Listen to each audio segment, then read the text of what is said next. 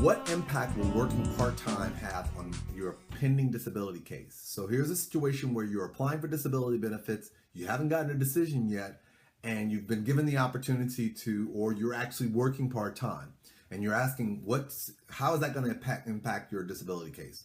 Again, it all depends on the circumstances of your part-time work. So let's kind of go down the laundry list of things. First, when did you start? Did you start working part-time right when you applied, or did this happen in the middle of the process? What are you actually doing? Meaning, is the job you're doing one similar to the ones that you've done in the past? Or is this actually a new job that's different from all the work that you've done in the past 15 years? The reason why it's important is because if it's something similar to what you've done in the past, then Social Security has an indication of the type of skills that you've acquired because you've done it in the past. But if something brand new, you're now having to educate Social Security about what you're doing now. How many hours are you working per day? Are we talking 2 hours, 3, 4? Why are you only working those number of hours? That's really important, because if you're only working those number of hours because that's the most you can do based on your condition, that's one thing. But if you're doing it because you're trying to keep yourself underneath the threshold, then the question is going to always ask is, if the job offered you more hours, could you do it? So you want to make sure you know that.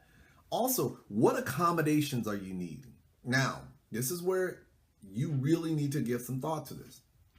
Are you coming into work late because of your impairment? Are you leaving work early because of your impairment? Are you missing days because of your impairments? Are you getting disciplined, whether it be write-ups or verbal reprimands, because you're missing days or leaving work early or coming in late?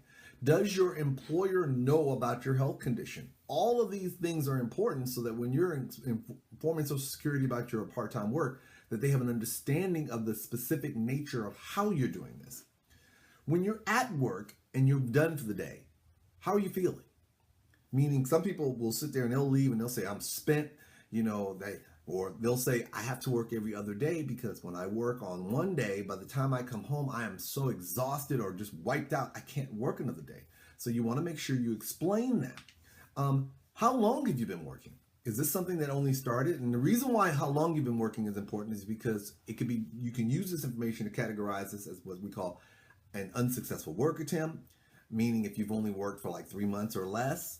Or maybe it's a situation where it's a sheltered job, it's a unique job because it has the situation where you have a lot of accommodations. How much money do you make? Okay, all of these things are important. One of the things I try to talk about in a lot of my videos that I'm hoping that I'm getting across is that do not gloss over information you provide to Social Security. You want to take the opportunity to provide a complete picture about your condition. So this way, Social Security will have a complete understanding of how the nature of what you do may impact you receiving disability benefits. Tune in tomorrow as we talk about how does having a handicap placard help your disability case.